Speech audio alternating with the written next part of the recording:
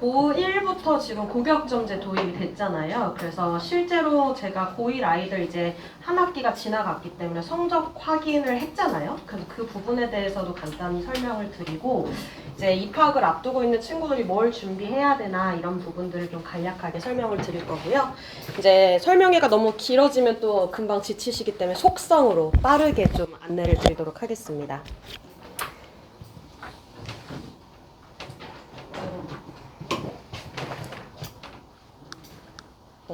일단 저에 대한 소개는 그냥 넘어가도 되겠죠. 일단 간략하게만 설명을 드리면 저도 사실 평촌에서 초, 중, 고, 대학원까지를 다 나왔습니다. 그러니까 이제 어떻게 보면 거의 토박이로 거의 30년을 여기서 살았기 때문에 너무 이 지역의 문화를 잘 알고 실제로 제가 지금 이제 신성고랑 양명고에서는 학교 대표 컨설턴트로 아이들 이제 교육을 하는 이제 전담 컨설팅을 담당을 하고 있고요. 이제 여기 이제 각각 지역들 이제 평촌고, 뭐 우성고, 뭐 경기외고 각각 다 출강을 했던 학교들이기 때문에 이제 그런 학교별 특성을 잘 고려했을 때 특징을 좀 설명을 드리도록 할게요. 이제 잘 아시는 것처럼 지금 5등급제로 바뀌었습니다. 가장 큰 차이를 이제 주목하는 부분이 1등급을 받는 학생들의 비율이 달라졌다라는 부분이었고 사실 도입 시행 초기에 굉장히 많은 소문들이 있었어요. 이제 1등급을 받을 수 있는 학생들이 4%에서 10%로 늘어났으니 최상위권은 변별력이 없어진 거 아니냐. 그리고 이제 전과목 평균이 1등급이 아니면 뭐 인서울에 뭐 스카이는 못 가는 거 아니냐. 이런 얘기들이 되게 많았어요. 실제로 그거는 이론적인 통계에 근거해서 나왔던 이야기들인데 예를 들면 과거에 9등급제일 때는 저희가 인서울을 갈 수 있는 최소한의 조건 내신 평균을 9등급제 기준으로 어느 정도로 잡았냐면 보통 3점대 초반으로 잡았어요. 그리고 가장 대표적으로 뭐 예를 들면 국숭세단 정도를 가야 된다 그러면 9등급제 기준으로는 2.6에서 2.8 요 정도 등급이 나왔어야 했고 보통 3.2, 3.3 정도 되는 경우는 가천대를 많이 갔었습니다. 근데 지금 그 비율의 인원수를 고려해서 5등급제로 전환이 됐을 때 이제 최소한 인서울 상위 15개 대학 이제 그 정도를 가려고 하면 내신이 5등급제 기준으로 평균 1.8 정도가 나와야 한다라는 게 최소 조건이었어요. 그리고 실제로 제일 문제가 되는 건 사실 인서울은 막말로 1학년 때 성적이 조금 안 좋았어요. 그러면 2학년, 3학년 때 꾸준히 올려서 장기적인 발전세를 보여주면 되는데 문제는 최상위권이었거든요. 뭐 이제 의대를 가려고 하던 애가 1.0이어야 한다고 얘기를 들었는데 1학년 1학기를 봤는데 뭐 예를 들어 결정타로 뭐 이제 과학에서 2등급이 떴어요. 그럼 이제 갈 수 있냐 없냐 이렇게 돼버리는 거죠. 그래서 실제로 5등급제 바뀌고 올현 고1 기준으로 자퇴율이 굉장히 많이 늘었습니다. 어차피 다녀도 소용없지 않냐 이렇게 돼버린 거죠. 그래서 실제로 봤을 때는 정말 극단적으로 나는 목표하는 학교를 낮출 수 없다. 근데 내가 이미 성적을 저질러 버렸다. 그런 경우는 저도 사실 심각한 수준이면 자퇴를 권유도 해요.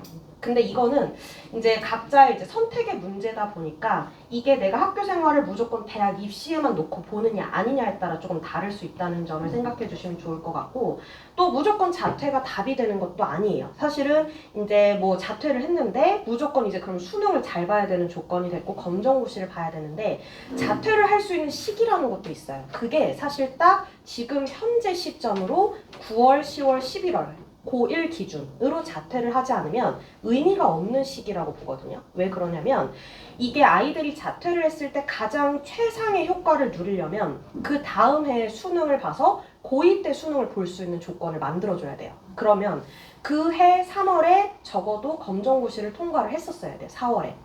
근데 4월에 검정고시를 보려면 고1 말에 이미 자퇴 신청서를 냈어야 하기 때문에 만약에 그게 지나갔는데 고2가 돼버렸는데 어차피 의미 없으니까 자퇴할까? 이렇게 돼버리면 애들이 굉장히 많은 문제가 생기는 게 붕 떠버리는 거예요. 학교는 안 다니는데 검정고시를 봤다고 수능을 볼 수가 없으니까 고3 때까지 기다려야 되거든요. 그러면 애들이 그 사이에 나는 이제 조금 남들보다 여유가 있어 라는 생각으로 처음에 한 달은 열심히 막 해요. 그러다가 어차피 나는 시간 좀 남잖아 라고 생각하고 또 결국에는 고3 때 실패를 해요. 그러니까 실제로 검정고시를 봐서 자퇴를 했던 친구들이 훨씬 성과가 무조건 좋으냐? 그건 시기에 따라 조금 다를 수 있다는 걸 잘 생각해 주시면 좋을 것 같아요.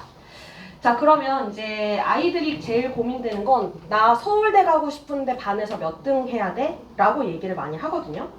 이제 이거는 통계상이니까 보통 이제 통계적으로 냈을 때 그래도 전교 1등에서 3등 안에는 들어야지 서울대를 간다라고 얘기를 하는데 이건 학교의 질적인 수준에 따라 굉장히 많이 달라져요.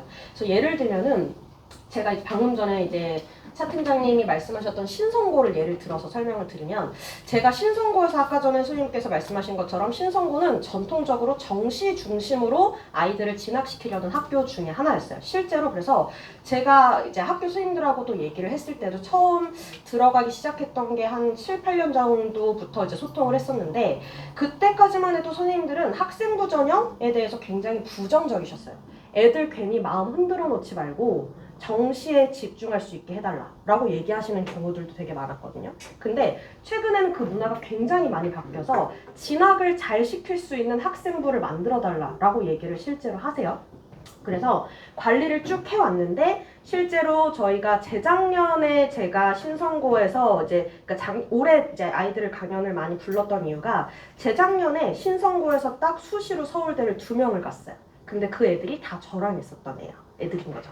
나머지는 다 정시로 갔어요. 그래서 실제로 정시로는 진학률이 너무 좋아요. 공부 잘하는 애들도 많고. 근데 수시 진학을 할 수 있는 그런 여건들이 쉽지가 않은 게 최상위권은 어쩔 수 없이 서로가 서로의 점수를 갉아먹어요. 그러니까 다 잘하는데 누가 조금 더 한 끗 차이로 올라가냐 이게 항상 잘하는 애는 별로 없거든요. 그래서 굉장히 힘들었는데 이제 그 2명도 굉장히 양극화돼 있던 친구예요. 둘 다 처음에는 의대를 목표로 하던 친구였고 한 명은 끝까지 성적이 그래도 한 1.4, 5 요 정도 평균이 나왔어요. 근데 문제는 하락세였어요.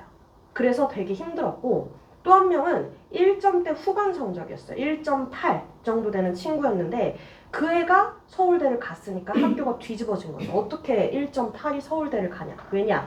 서울대는 보통 1.5가 넘어가면 애초에 서류 통과가 거의 되지 않는 학교예요. 근데 신성고는 이제 일반고라고 이제 간주를 하기보다는 거의 자사고에 가깝게 평가를 받는 경우들이 많거든요. 그러니까 얘가 발전 가능성이 있다. 혹은 그 전공 분야에 대한 충분한 지식을 가지고 있다. 이런 상황들이 이제 복합적으로 작용을 했고 특히나 운이 좋았던 건 그 해에 처음 신설됐던 첨단융합학부라는 곳을 지원을 했어요. 그랬는데 첨단융합학부가 첫 해 개설을 했을 때 다들 너무 겁을 먹었어요. 여기는 신설학과야. 그러면 입결도 없을 뿐 아니라 학교에서 신설을 했다는 건 그만큼 투자를 하겠다는 거야. 우리 학교가 육성을 하겠다는 과고 그러면 대대적으로 아이들을 제대로 된 아이들을 뽑으려고 하기 때문에 훨씬 입결이 높겠지? 라고 생각해서 의외로 구멍이 되게 많이 생겼고 1단계를 통과하는 순간 면접 준비를 정말 열심히 했고 그래서 걔가 5차 추가 합격으로 마지막 전화 합격을 받아서 문 닫고 들어갔던 친구였어요. 그래서 양극단으로 들어갔던 케이스였던 거죠. 근데 일단 이런 케이스들도 있기 때문에 이게 무조건 우리는 반에서 1등 안 했으니까 반에서 5등 안 했으니까 못 가. 이렇게 단정 지을 부분은 아니고 여러 가지 아이들의 경쟁력을 고려하면 이 아이에게 적합한 전형과 이제 학과 이런 것들이 다 다르거든요. 그거를 나중에 좀 공략을 해주시면 좋을 것 같아요. 자, 그리고 5등급제에 대해서 이제 실제적으로 검증을 해봤어요. 자, 5등급제 나오면 진짜로 1.0 아니면 의대 못 가냐? 이 얘기를 검증을 했거든요. 그랬는데 실제 통계를 봤더니 결과가 어떻게 나왔냐면 실제로 1.0을 받은 학생들이 우리가 예상했던 것보다 너무 적대요. 그러니까 누군가는 분명히 하나씩 다 실수를 해버린 거죠. 그러니까 우리가 생각하는 것처럼 평균 1.2등급 이내에 안 들어가면 스카이 지원 못하고 이런 문제가 아니고 더군다나 1학년 1학기 딱 한 학기밖에 안 했는데 지금 생각했던 것보다 1.0을 받은 애들이 적어? 그러면 2학기, 2학년 1학기 계속 올라갈수록 그 인원수는 훨씬 더 적어질 거라는 거예요. 그래서 아이들한테도 저는 항상 얘기를 하는 게 지금 너희가 기대했던 그 기준을 충족을 못했다고 해서 포기할 수 있는 단계가 아니다. 아직은 거쳐가야 되는 과정이 있다라고 얘기를 좀 해주시면 좋을 것 같고 이게 이제 경기진협에서 5등급제를 기준으로 했을 때 지원 가능한 대학에 대한 배치표를 가안으로 잡아둔 거예요. 그래서 요게 이제 조금 중요할 수 있으니까 나중에 자료 올려드리면 한번 다시 참고해 주시면 좋을 것 같습니다. 자, 그리고 이 5등급제로 바뀌고 나서 성적 산출이 어떻게 달라졌는지에 대해서도 좀 알고 계신 분들도 있지만 사실 실질적으로 아주 구체적으로 모르시는 분들이 대부분인 것 같거든요. 그래서 저도 되게 꼼꼼하게 찾아보면서 실제로 확인을 하고 있는 부분들인데 가장 큰 차이를 중심으로 설명을 드릴게요. 과거에는 9등급제라는 그 9등급까지만 성적이 제공이 됐다면 지금은 성취도라는 것을 모두 다 제공을 하게 되어 있어요. 성취도가 근데 잘못 알고 계실 부분들이 좀 많았던 게 성취도가 A, B, C, D, E라는 것을 어떻게 산출을 하느냐. 원래 9등급제 학생부일 때는 예를 들면 90점 이상이면 A, 80점 이상이면 B, 70점 이상이면 C 이렇게 나왔어요. 그러니까 원점수만 봐도 얘네들의 성취도를 알 수 있었기 때문에 그거를 굳이 학생부에서 공개를 할 필요가 없었어요. 근데 지금 5등급제로 바뀌면서부터는 A, B, C를 산출하는 그 기준이 학교마다 다 달라져요. 고등학교에 따라서. 그 예를 들면 이제 설명을 좀 드릴게요. 자,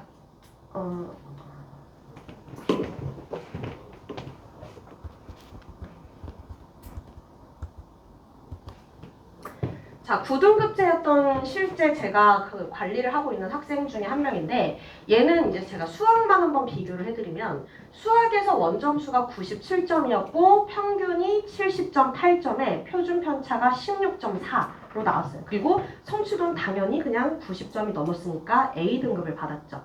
수강자 수 확인할 수 있고 석차 등급이 1등급이라는 거 확인할 수 있어요. 그러면 일단 얘는 상위 4% 이내이구나 라는 거 정도를 확인할 수가 있겠는데 5등급제로 바뀐 학생부는 어떻게 달라졌냐면 얘의 원점수, 과목 평균, 성취도를 공개하는 건 똑같아요. 근데 성취도의 분포 비율이라는 것을 공개하게 되어 있습니다. 바뀌었어요. 그래서 A등급을 받은 친구들이 전교생의 몇 %냐라는 것을 알 수 있거든요. 그럼 과목마다 A를 받은 학생의 비율이 다 다르겠죠. 그러니까 이거는 얘가 A를 받은 게 정말 잘한 거구나. 얘가 받은 A등급을 남들도 다 받았구나.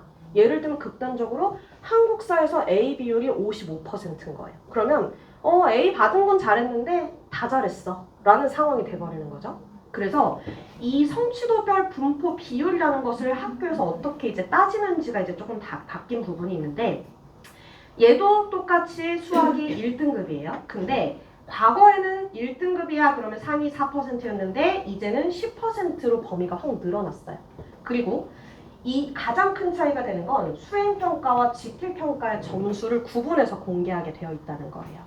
그래서 과거의 9등급제였을 때는 이 아이의 점수, 원점수가 지필, 중간, 기말, 수행평가의 모든 것의 합산 결과만 나오기 때문에 이게 뭐에서 나온 성적인지를 알 수가 없었어요.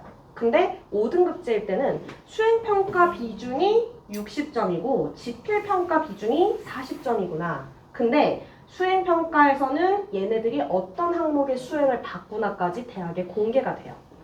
그러면 수행 점수랑 지필평가 점수에서 사실은 아이들의 실력을 판가름하는 기준은 사실 어디냐면 지필이에요. 생각보다 수행은 대부분 감점 크지 않아요. 그래서 저도 애들 성적표를 다 보면은 수행평가 점수는 다 괜찮네. 거의 만점이고 뭐 그래봤자 감점 뭐 1, 2점이고 근데 지필평가는 딱 차이가 나요. 그러니까 60점 만점에 수행평가는 얘가 60점 만점을 받았어요. 근데 지필평가는 중간 기말에 대해서 40점 만점으로 환산해봤더니 38.14점이었어요. 완성도가 높은 점수니까 그래도 괜찮네 라는 게 나오지 만약에 얘가 원점수도 좀 낮고 지필평가에서 점수 비중이 조금 낮았다 그러면 학업 역량에서 문제 제기를 할 가능성이 굉장히 높아지는 거죠.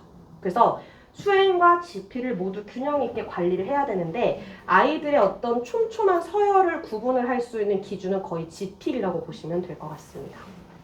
근데 또 이게 왜 문제가 또 되냐면 이제 좀 안타까운 부분 중에 하나인데 선생님들은 어쩔 수 없이 아이들의 수행 평가를 내신 대비 기간에 맞물려서 제시를 하실 거예요. 그러면 애들이 내신 대비 해야 되는 거 알아. 근데 솔직히 나는 현실적으로 내신 대비 해도 성적 그렇게 안 바뀌어. 근데 나 수행 감점은 못 참아. 그래서 내신 대비를 해야 되는 기간에 수행에 막 매달려 있는 거예요.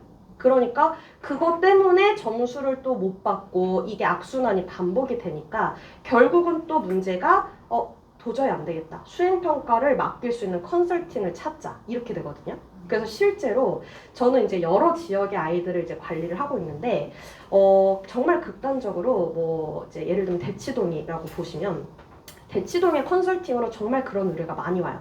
수행평가를 대신 해달라. 라고 얘기가 나와요, 실제로.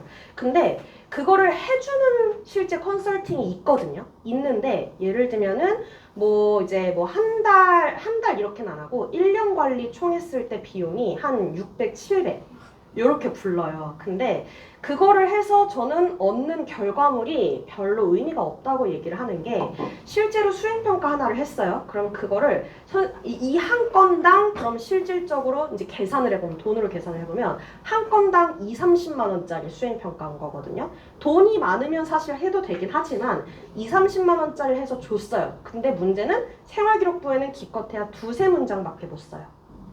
그리고 또 한 가지는 그걸 써서 줬어요. 그게 3년이 누적됐잖아요. 그럼 나중에 애들이 결국 어디서 문제가 되냐면 면접에서 무너지죠. 자기가 한 게 아니니까 모르는 거예요. 그러니까 그럼 또 면접 대비 컨설팅을 또 해야 돼요. 그리고 대본을 외워야 돼요. 근데 그거는 다 걸려요. 사실상 의심의 여지가 분명히 있거든요.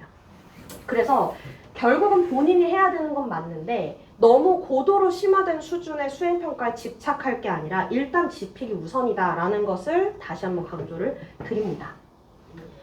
자, 그리고 이게 똑같이 5등급제로 바뀌고 일반고 학생과 외고 학생의 학생부를 비교를 해본 거예요. 이렇게 되면 누가 더 우수한 아이로 평가를 받나, 이렇게 이제 따져봐야 되잖아요.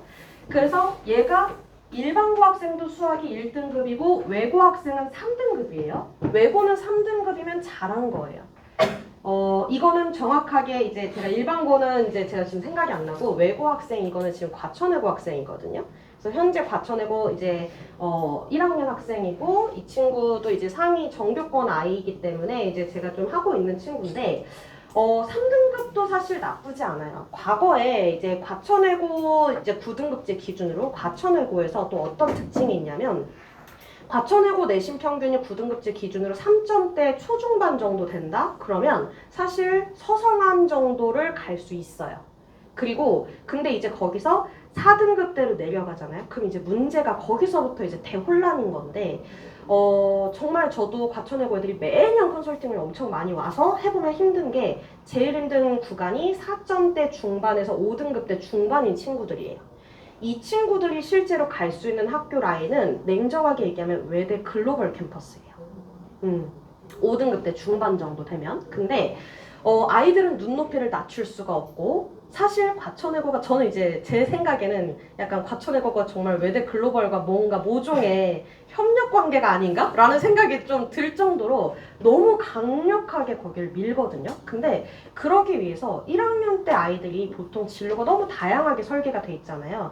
이제 거의 외고 애들은 이제 인문 계열이니까 뭐 기껏해야 경영경제, 뭐 언론, 미디어, 뭐 외교, 뭐 통번역, 뭐 어문 계열 이렇게 이제 갈라지는데, 경영경제를 꿈꾸던 애들이 2학년 때까지도 계속 그렇게 가다가 3학년 때까지 내신이 애매하게 4등급 대 후반, 5등급 대 초반이니까 담임쌤이 급히 아이를 선회를 시켜요. 너 어차피 외국어 이수가 많으니까, 그나마 언어가 성적이 나으니까 외대 글로벌 캠퍼스 가게 어문 계열로 학생도 바꿔. 이렇게 되면 아무 데도 못 가는 상황이 생겨버려요. 그러니까 처음부터 설계되어 있는 그런 목적의식이 아니면 얘가 어문 계열을 갔을 때 유리하냐. 사실 외고의 어문 계열 아이들은 일반고 애들하고 경쟁하는 게 아니라 다른 외고의 아이들하고 경쟁하게 되어 있어요. 그러니까 전형 방법이 아예 다르거든요. 근데 얘네를 어문 계열로 돌린다고 해서 학교급이 높아지진 않아요, 사실. 그러니까 이런 이제 학생부 전형의 특성을 좀 잘 이해하지 못했을 때 오는 참사를 좀 막아야 되겠다라는 부분이 있고요. 성취도 평가가 달라졌다고 아까 말씀을 드렸는데, 이 친구의 예시를 한번 드려볼게요. 예를 들면 공통국어하고 공통수학, 지금 올해 1학년인 친구인데 국어가 B등급이에요. 근데 과거면 80점이니까 80점대 B가 나오는 게 맞잖아요. 근데 수학은 83점인데 A가 나왔어요. 그래서 이상하다? 이 부분이 있는데 바뀐 게 있어요. 과거에는 90점 이상이면 A, 80점 이상이면 B, 70점 이상이면 C를 내는 게 맞았는데 지금은 선생님들이 바뀌어가지고 이걸 고정 분할 점수 또는 추정 분할 점수라는 제도로 두 개로 다르게 적용을 할 수 있게 되어 있어요. 예를 들면 고정 분할은 지금 원래 하던 점수 제도가 맞아요. 근데 마지막 끝자락에 있는 애들 40점 이상이면 2등급을 받을 수 있었는데 그럼 40점 미만이면 미이수가 돼버리죠. 그러니까 성적이 안 좋다고 해서 얘를 미이수로 떨궈버릴 수가 없으니까 선생님들이 자체적으로 합의를 해요. 자, 우리는 2등급을 25점 이상으로만 맞추자. 그거는 사후 평가를 해버리는 거예요. 아이들의 성적을 보고 얘네를 미이수 시킬 수가 없으니까 최소 조건을 꼴찌인 친구 기준 이상으로 올려버리는 거죠. 그래서 일단은 이수를 시켜버리는 거예요. 그러니까 사실 A부터 2등급까지의 그런 비율 조정을 한번 고려해 보시면 미수 인원이 몇 명인지도 나올 것이고 이 학교는 이 맨 최하위권 아이들이 얼마나 많은지도 조정이 확인이 가능해지는 상황이 되는 거예요. 그래서 절대적인 원점수만 가지고 아이들의 역량을 평가할 수 없는 한계를 보정하려고 하는 취지가 조금 달라졌다고 보시면 될 것 같아요. 자, 그리고 아시는 것처럼 이제 정시에서도 학생부를 반영을 하게 되어 있는데 이 학생부를 반영하는 것은 무조건 막 걱정돼라고 얘기는 하시지 않으셔도 되는 게 예를 들면 서울대다 그러면 서울대가 지금 발표한 정시 선발은 크게 지역균형하고 일반 전형 선발로 나뉘어 있습니다. 근데 여기서 지역균형 전형은 수능을 60%, 교과 40%를 반영을 하고 그 다음 일반 선발은 수능 80에 교과 20으로 반영을 해요. 정시지만 일반 전형은 조금 더 수능 우선순위를 많이 주는 거고 지역균형은 내신 우선순위를 조금 더 주게 되기 때문에 애초에 지역균형 선발에는 일반고 학생들의 지원 가능성이 높고 그리고 일반 선발은 특목 자사 학생들의 선발이 훨씬 더 많겠구나라고 보시면 되는 거죠.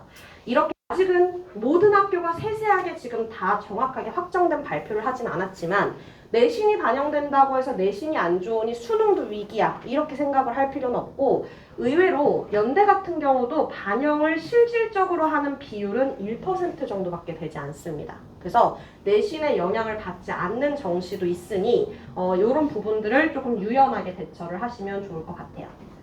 자, 이거는 상세하게 조금 설명을 드리려고 했던 건 아니고 편제표라는 것을 아마도 이제 확인을 하시게 될 거예요. 그 편제표는 어디서 보실 수 있냐면 학교 알림이라는 페이지를 들어가시면 아실 수 있죠. 그래서 학교 알림에 우리 학교의 이름을 검색을 하면 거기에 우리 편제표를 검색할 수 있는 창이 다 떠요. 그러면 보시면 우리 학교에서 만약에 입학을 하면 1학년 때는 공통이니까 2학년, 3학년 때 어떤 과목들 중에서 몇 과목을 선택해야 되는가에 대해서 시뮬레이션을 해보시는 게 사실 제일 좋습니다. 제일 큰 차이는 사실 실질적으로 2학년이라고 보시면 될 것 같은데 2학년 공통 지정된 과목들을 제외하고 선택은 본격적으로 밑에 있는 부분에 개별 학생 선택이라고 나와 있을 거예요.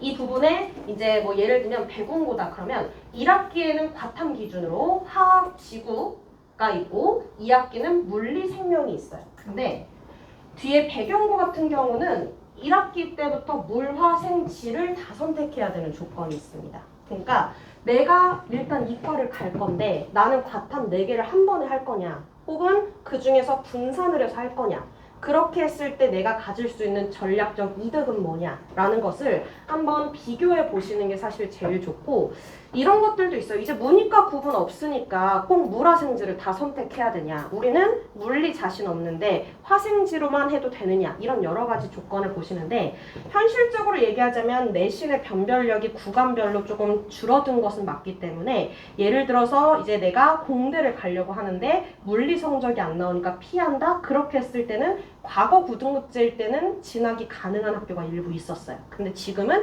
애초에 서류에서부터 적합성이 탈락할 가능성이 높기 때문에 이제 전공 분야에서 권장하고 있는 과목들은 꼭 선택을 해주셔야 됩니다. 그리고 이제 외고 같은 경우는 제일 큰 차이가 아무래도 언어 과목들에 대한 이제 심화 이수가 늘어나기 때문에 특목고를 가는 게 무조건 상위권 학교를 가는데 유리한 거 아니야?가 아니라 실질적으로 언어 적성과 그 과목들의 이수 비중이 높다는 것을 고려했을 때 내가 이 언어를 전공을 하는 게 실질적으로 더 나의 성적에 도움이 되느냐 이 부분을 잘 따져주시면 좋을 것 같아요. 자, 1년간의 이제 로드맵을 보시면 이제 학기 초에 사실 되게 많은 선택을 하게 되어 있어요. 임원을 해야 되느냐, 아니면 뭐 수행평가는 뭐에 우선순위를 둬야 되냐, 동아리는 뭘 들어가야 되냐, 이 부분을 많이 하다 보니까 보통은 사실 제일 많이 시행착오를 겪는 게 3월이거든요. 그래서 저는 만약에 컨설팅을 하고 싶다, 언제 해야 되냐라고 얘기한다면 전 반드시 입학 전에 하셔야 된다고 얘기해요. 입학을 하고 나서 3월 달이 돼서 이미 다 끝났는데 오시면 뒤처리밖에 해드릴 수가 없어요. 이제 변명밖에 못하는 거죠. 쉽게 말하면. 그러니까 앞에서부터 진로 설계를 하고 그거에 맞는 활동들을 이제 찾아 나가는 것들이 이제 집중적으로 3월에 많이 몰려 있을 거다 보시면 될 것 같고, 또 하나의 특징은 이제 우리가 1학기 때 생활기록부를 작성하고 2학기에 생활기록부를 작성을 해요. 과거에도 비슷하긴 했는데 가장 큰 차이는 지금은 1학기 때 확실하게 마감을 치고 2학기를 새로 이제 시작을 한다는 차이가 생겼어요. 근데 지금 최근 들어서 한 몇 주 전에 이제 그 교육부에서 지침이 바뀐 그 공지가 이제 내려온 게 뭐냐면, 생활기록부를 작성을 할 때 이제 우리가 한 학기당 작성을 할 수 있다 보니까 1학기에 500자, 2학기에 500자를 쓸 수 있는 거 아니냐라고 얘기를 해서 학교에서 다 작성을 했어요. 500자씩 꽉 채웠는데 지금 한 2주 전인가 지침이 내려와서 그렇게 하지 말라고 바뀐 거예요. 그래서 지금 저도 아까 전에 그 과천외고 친구 있잖아요. 그 친구들 이제 학생부를 500자씩 해서 총 1년으로 하면 1000자를 맞출 수 있게 만들어 놨는데 500자로 줄여오라고 지침이 변경이 내려왔어요.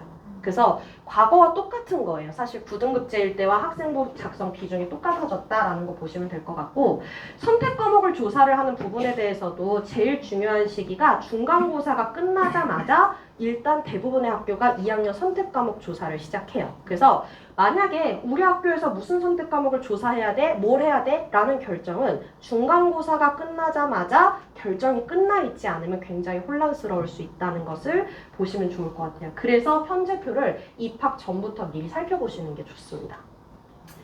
자, 학생부에서 이제 아까 얘기했던 것처럼 작성 분량이 변한 부분이 있고요. 이제 어떤 학생부를 어떻게 만들어야 되느냐라는 부분에 대해서 우선 저는 탈락시키는 학생부의 특징을 정리했는데, 이런 건 없는데 노력만 하는 친구도 사실 좋진 않아요. 그리고 진로가 갈팡질팡하는 게 제일 문제입니다. 이제 그럼 또 걱정하시는 게, 그럼 진로가 없는 경우는 어떻게 하죠? 라고 하는데, 사실 1학년 때까지는 진로가 없어도 크게 타격을 받지 않아요. 왜냐면 1학년 때까지는 모든 교과 학습을 성실하게 이수했다는 사실만으로도 되게 의미가 있거든요. 근데 막 1학년 때는 막 갑자기 뭐 경영을 한다고 했다가 갑자기 2학년 때 간호를 간다 그랬다가 3학년이 됐더니 간호학과 못 갈 것 같다고 갑자기 뭐 안경공학과를 가겠대요. 실제 케이스가 있어요. 그래서 이렇게 대혼란의 학생부가 돼버리면 학종은 일단 못 씁니다. 그래서 보통 진로를 언제 결정하는 게 좋냐면 1학년이 끝나는 시점에는 결정을 하시는 게 좋습니다. 자, 좋은 학생부의 사례는 이렇게 보시는 것처럼 딱 정확하게 이 아이가 했던 활동들이 시각적으로 체크가 가능해야 돼요. 특히나 제일 두드러지는 점은 여기서 뭐가 있냐면, 이 아이는 누가 봐도 경영경제 상경계열 가려는 친구거든요. 이거 다 올려드릴게요. 네, 근데 상경계열 가려는 친구인데 얘는 이 학생부가 지금 3학년 때 학생부예요. 3학년 때 E라는 걸 추정할 수 있는 이유는 뭐냐면, 중간에 네 번째 줄에 기능론과 갈등론적 관점에서 분석했다라는 부분이 있거든요. 이거는 사회문화 교과서에서 다뤘던 내용이에요. 그러니까 사회문화 3학년 때 배우고 그 내용을 적용해서 이 자율적 교육과정 활동을 심화시켰다라는 의도를 보여주는 거기 때문에 제일 중요한 건 교과 성적, 그리고 그거에 기반한 진로 설계, 이 부분이 학생부의 구체적인 활동명들로 증명이 되어 있어야 한다라고 보시면 될 것 같아요. 자, 이것도 이제 학생부별 특징을 조금 설명을 드리려고 가져온 건데, 이 내용을 자세하게 읽을 수는 없을 것 같고, 제가 신선고에서 이제 가장 큰 특징은 뭐냐면, 얘네가 제일 많이 대표적으로 1학년 때 아이들에게 강조를 하는 활동 중에 하나가 북클럽 활동이라는 게 있거든요. 근데 북클럽 활동은 대부분의 학교가 다 있어요. 이제 명칭만 다를 뿐이거든요. 근데 얘가 똑같은 아이 건데 1학년 때 학생부와 2학년 때 학생부에 작성된 차이가 있어요. 가장 큰 차이는 1학년 때는 이 북클럽 활동을 했다라는 사실, 그리고 프로그래밍에 관심이 있다 정도만 썼다면 2학년 때는 반도체 넥스트 시나리오, 뭐 처음 읽는 양자 컴퓨터 이야기 등등 얘가 어떤 책을 읽었는지에 대한 리스트까지를 정확하게 명시를 해주고 있죠. 결국은 똑같은 활동인데 이 아이 하나에서만 발생하는 문제가 아니라 아이들에 따라서도 같은 활동이지만 기록이 굉장히 많이 달라지는 학교가 사실 신성고예요. 근데 똑같은 활동을 하지만 다른 결과를 초래하기 때문에 선생님이 알아서 써주시겠지 믿고 맡길 수는 없는 학교예요. 그래서 아이들이 얼마나 스스로 꼼꼼하게 어필을 하느냐가 굉장히 중요하다라고 보시면 될 것 같고요. 부원고 같은 경우는 이제 과중의 특성이 있죠. 그럼 과중 꼭 들어가야 되나요? 사실 들어가는 게 좋아요. 왜냐면 거길 들어가서 물화생지를 다 이수할 수 있다 자체가 중요한 게 아니라 그 안에서 탐구를 시키는 주제나 활동 내용 자체가 조금 많이 달라지기도 해요. 그래서 그런 풍부한 활동들 탐구를 할 수 있는 기회를 활용해주면 좋겠고 세특을 이제 작성을 해주시는 특징을 보면 얼마나 창의적이고 주도적으로 그 교과 내용을 진로와 연계했는지를 중요하게 생각하는 학교라고 보시면 될 것 같아요.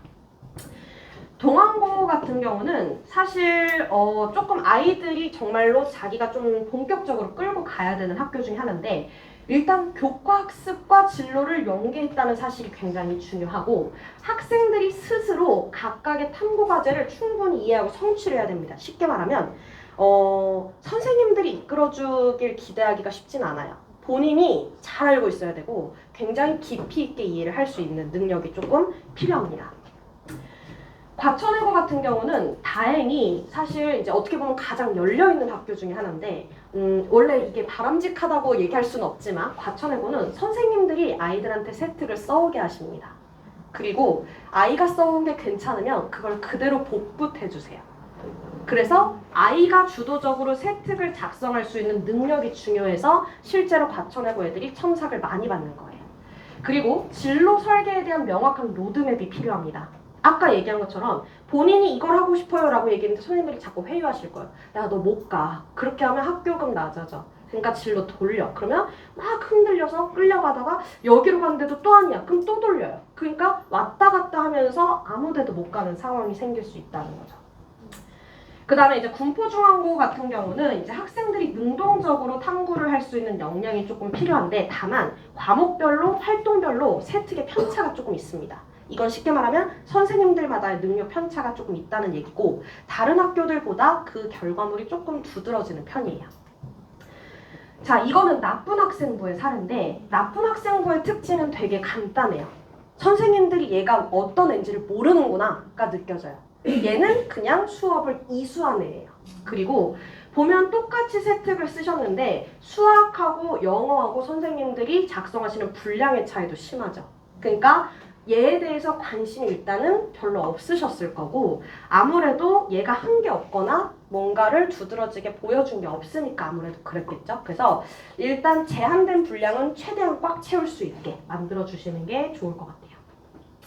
그래서 일단은 제가 만약에 이제 진학을 한다면 학교 선택에 대해서 뭐 어느 학교를 선택해라 구체적인 지정을 할 수는 없지만 의학 계열은 아시는 것처럼 과학고를 가서는 진학이 힘듭니다. 그래서 지향을 하시면 되겠고 이공 계열 가려면 아직까지는 외고 국제고 조금 위험합니다. 그리고 인문사회 계열 진학을 하려고 한다면 아직까지 조금 자사고에 대해서 학교별 특성 잘 고려하셔야 될 것 같고 진로가 미정이다. 이거는 어찌됐건 무조건 해야 됩니다. 진로가 없이 고등학교를 갔을 때는 분명히 학생부의 퀄리티가 많이 떨어질 수밖에 없고 따라서 입학 전에 어느 정도 결정을 해주시는 게 좋을 것 같아요.